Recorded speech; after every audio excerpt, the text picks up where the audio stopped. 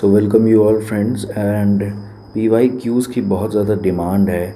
So this is our first video on environmental microbiology and बहुत important रहने वाला है. क्वेश्चंस आप हमेशा से जानते हैं इम्पॉर्टेंट रहे, लेकिन उनके एक्सप्लेनेशंस बहुत डिटेल में जो हमारे रहते हैं चैनल के, वो सबसे ख़ास है. तो सबसे पहले क्वेश्चन के जाने से पहले हम चलते हैं आज के कोटेशन पर, आज के थॉट पर. You can't achieve anything in life without a small amount of sacrifice आपको करना पड़ेगा. अब टाइम आ चुका है, December, we have our exams, so this time is very crucial. Now the first question is which of the following is incorrect regarding the stages of hydroseed. So your options are A, phytoplankton stage is unicellular algal plant, submerged state, reed swamp stage and sedge meadow stage. तो अगर आपको पता है हाइड्रोसीड के बारे में तो भी, अगर नहीं पता है तो भी, जितने भी वर्ड्स हैं, जितने भी ऑप्शंस हैं, उन सब ऑप्शंस को भी समझते चलेंगे, ताकि अगर कुछ भी उल्टा सीधा करके भी क्वेश्चन आए तो आपको पता हो. The correct answer is C is incorrect. C नहीं होना चाहिए. So let's see what is hydrosere and what is the solution. सबसे पहले देखिए हाइड्रोसीड क्या है. तो hydrosere is a plant succession. तो जो प्लांट है वो सक्सेशन का मतलब क्या है, उसमें जो उसकी कम्युनिटी है, उसकी जो स्पीशीज़ है, उसमें जो चेंजेस, डेवलपमेंट और ग्रोथ आते हैं उनको हम सक्सेशन कहते हैं. तो लेक्स में ज़्यादातर हम ये देखने को पाते हैं. अब जो पीछे आपने क्वेश्चन देखा है वो बात कर रहा है हाइड्रोसीड एक प्रोसेस हुआ. हाइड्रोसीड यानी जो स्टेजेस हैं उसकी, उस पे क्वेश्चन है. लेकिन यहाँ पर दो, एक हाइड्रिला और एक कैरेक्स, दो और भी लोग हैं, इनके बारे में समझ लेते हैं. ये देखिए कैरेक्स आपको दिख रहा है यहाँ पर. तो ये एक एंजियोस्पर्म है. कैरेक्स आप देख सकते हैं, जीनस इज कैरेक्स. इसके अलावा जो हाइड्रिला है ये आपने शायद सुना हो, ये भी एक एंजियोस्पर्म है और बहुत ही कॉमन एक्वेटिक प्लांट है. ध्यान रखने वाली बात ये है. अब हम आते हैं हाइड्रोसीड यानी जो स्टेजेस होती हैं सक्सेशन के ऊपर. इसको बहुत ध्यान से समझिएगा. पहली है फाइटोप्लैंक्टन स्टेज.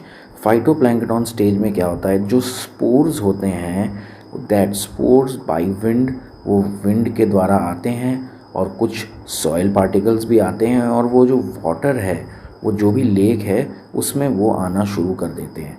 ध्यान से समझिए फाइटोप्लैंक्टन क्यों कह रहे हैं, क्योंकि आपको पता ही है कि जो लेक है उसमें कुछ कंटामिनेशन हुआ तो वहाँ पर यूनिसेलुलर और कॉलोनियल फाइटोप्लैंक्टन आने लग जाएंगे और वो लेक को इन्वेड करने लग जाएंगे.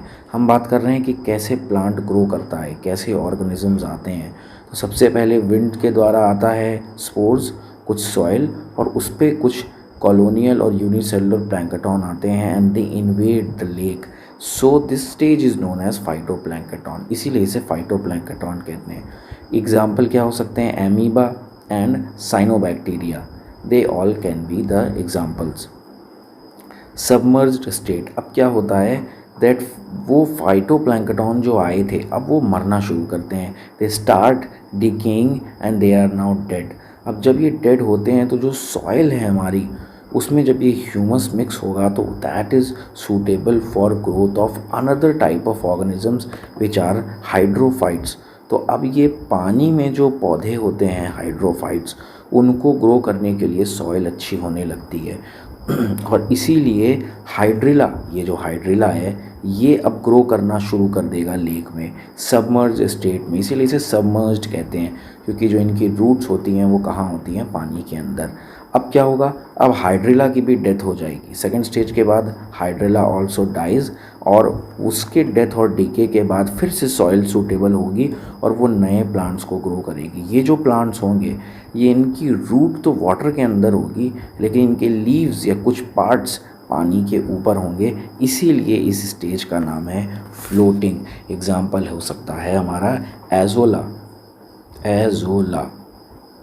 Okay, moving on to the next stage. Next stage है रीड स्वैम्प. स्वैम्प का मतलब आपने पढ़ा होगा.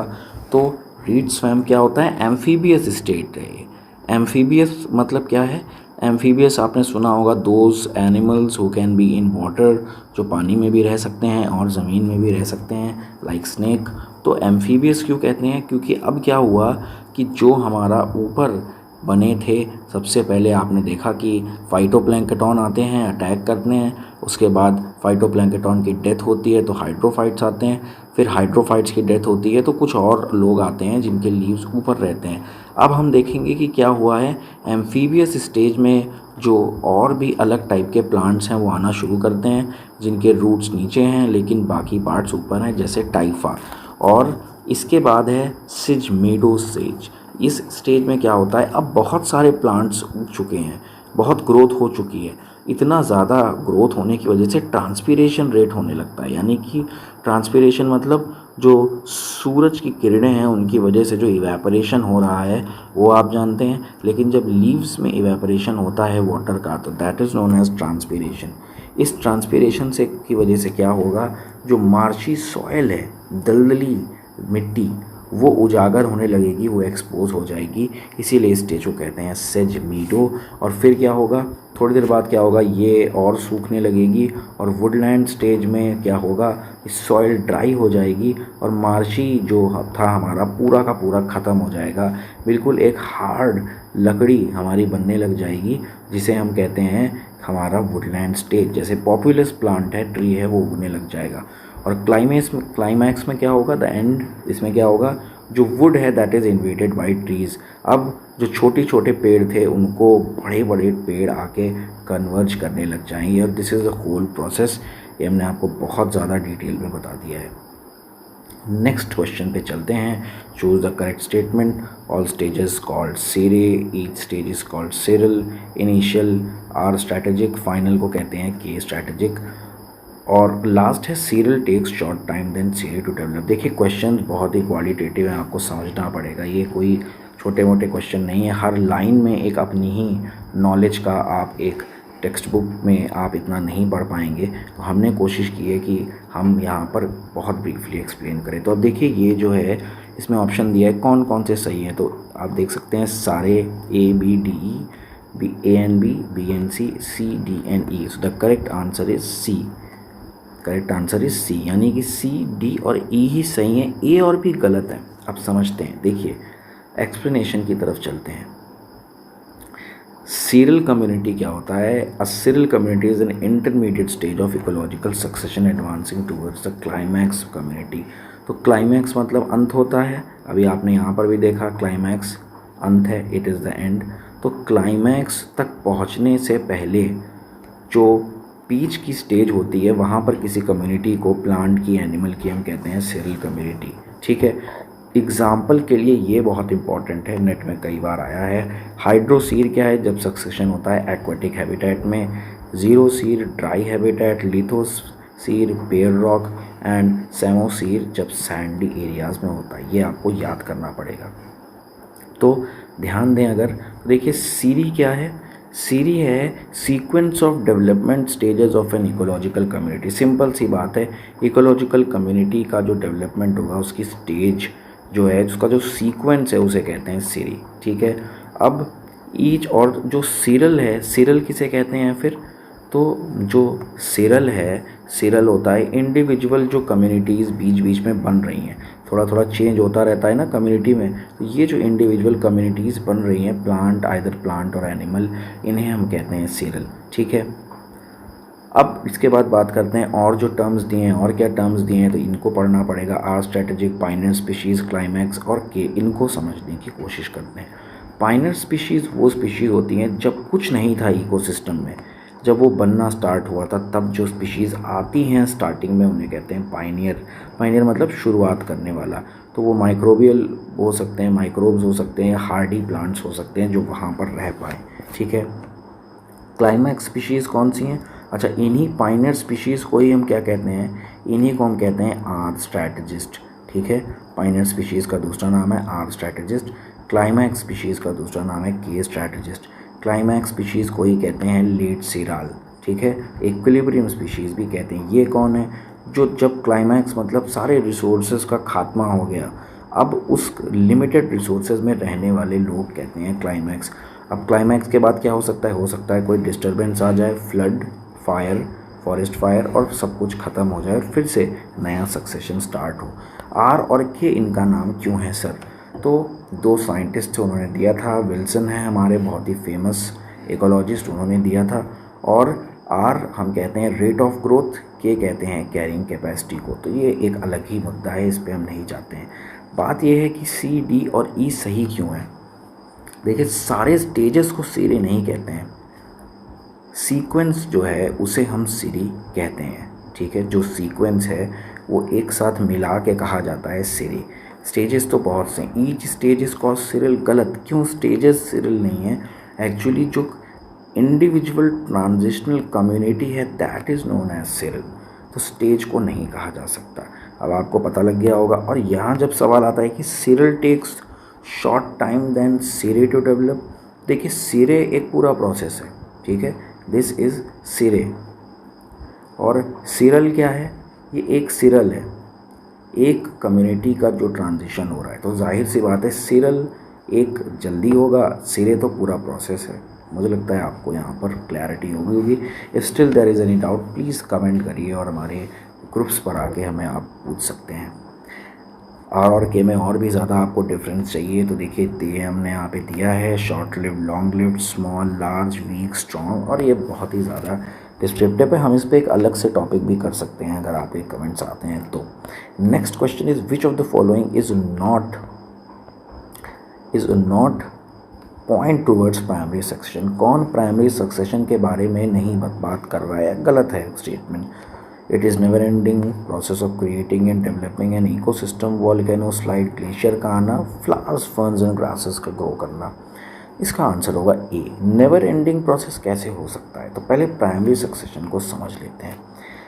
देखिए, ये हमने लिया है एक बहुत ही अच्छे पोर्टल से और ये उनकी इमेज हम यूज़ कर रहे हैं। तो प्राइमरी सक्सेशन में आपको पता होगा पहले पायनियर स्पीशीज़ आती हैं, कुछ नई स्पीशीज़ आती हैं जब कुछ नहीं था, लाइकन्स आते हैं, स्मॉल माइक्रोब्स आते हैं और ये धीरे धीरे यहाँ पर ग्रोथ स्टार्ट होती है, इंटरमीडिएट स्पीशीज़ और लास्ट में क्लाइमेट स्पीशीज़।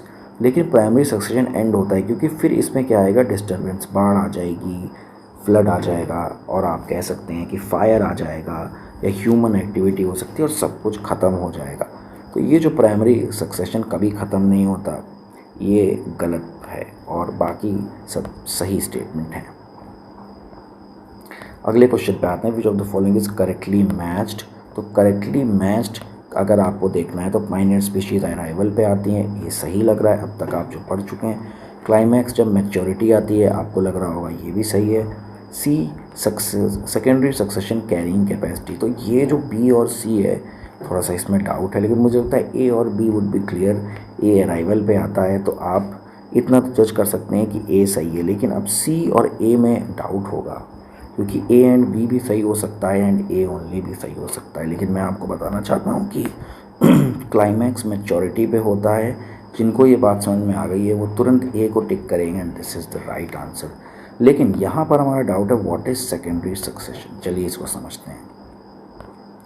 सेकेंडरी सक्सेशन कैसे होता है? प्राइमरी सक्सेशन हो गया, अब आग लग गई, मैंने आपसे बोला कई बार बाढ़ आ गई, अब उसके कई साल बाद फिर से ग्रोथ स्टार्ट हो रही है, फिर से ये क्लाइमैक्स और फिर से यहाँ पे फ्लड एंड फायर आएगा। यही है सक्सेशन। बार बार एक आदमी पैदा हुआ, उसका सन, फिर उसके सन, दिस इज सक्सेशन।